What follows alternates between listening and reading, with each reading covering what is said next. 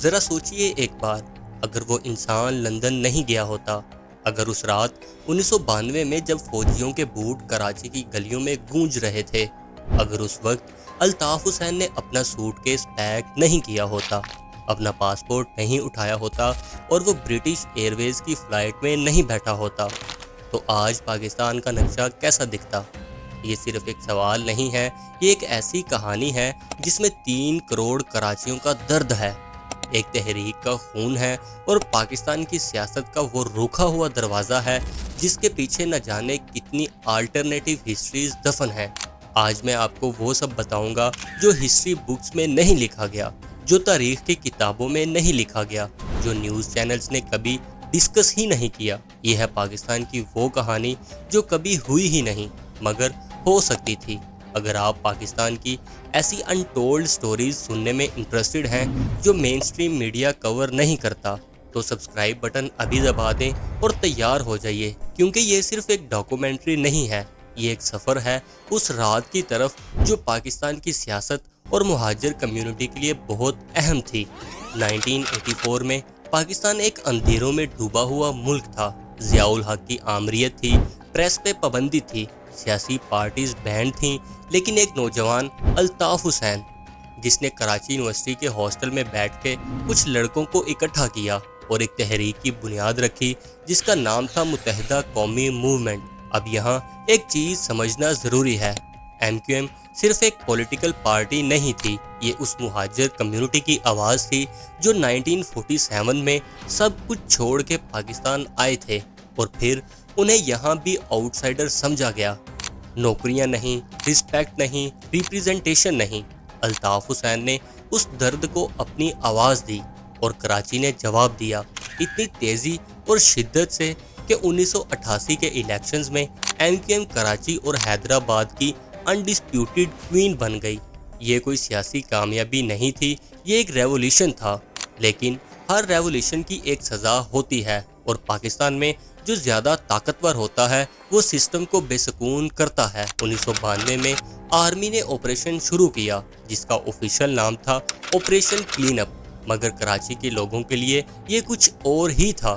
نواز شریف کی گورنمنٹ نے آرمی کے ساتھ مل کے MQM کے خلاف ایک بڑا کریک ڈاؤن شروع کیا، ورکرز پکڑے گئے، آفیسز سیل ہوئے اور الطاف حسین پہ بھی کیسز درج ہونے لگے۔ وہ جانتا تھا کہ اگر وہ یہیں رکا تو شاید وہ کبھی باہر نہ نکل سکے، اور پھر وہ رات آئی جب انہوں نے پاکستان چھوڑ دیا، لندن چلے گئے، لندن کی سٹیزن شپ لے لی۔ ایک انسان فزیکلی تو چلا گیا مگر اس کی آواز کراچی کی گلیوں میں رہ گئی۔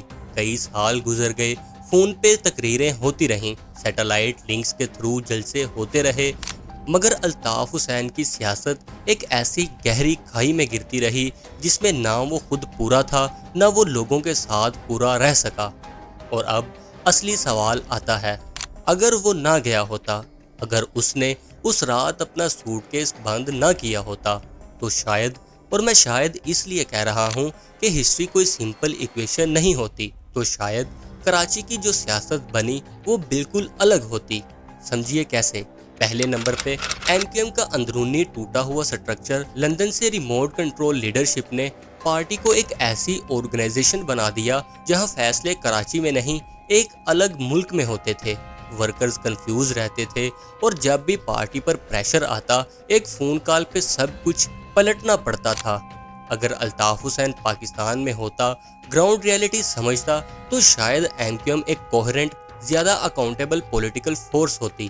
دوسری بات، 1990s میں کراچی میں جو ٹارگٹ کلنگ کی لہر آئی، کیا وہ اسی طرح ہوتی یا ایک موجود سیاسی رہنما اپنی پارٹی کے جوشیلے لوگوں کو بہتر طریقے سے کنٹرول کر سکتا تھا؟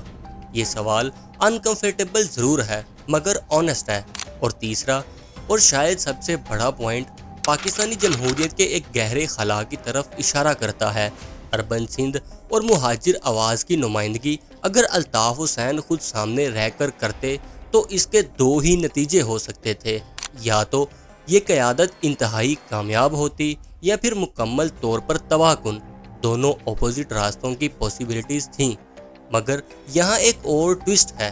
ایگزائل نے الطاف حسین کو ایک متھ بنا دیا، ایک ایسی شخصیت جس پر قانونی پکڑ یا حساب کتاب کرنا مشکل تھا، کیونکہ وہ پاکستان میں موجود ہی نہیں تھا۔ اگر وہ پاکستان میں ہوتا تو عدالتوں میں ہوتا، تفتیش میں ہوتا اور اکاؤنٹیبلٹی ہوتی۔ لندن میں رہ کے وہ ایک ایسا لیڈر بنا جس کی سیاسی زندگی کا کوئی نیچرل اور باوقار اختتام نہیں تھا، صرف ایک لمبی تھکا دینے والی سٹوری جو آج بھی ختم نہیں ہوئی۔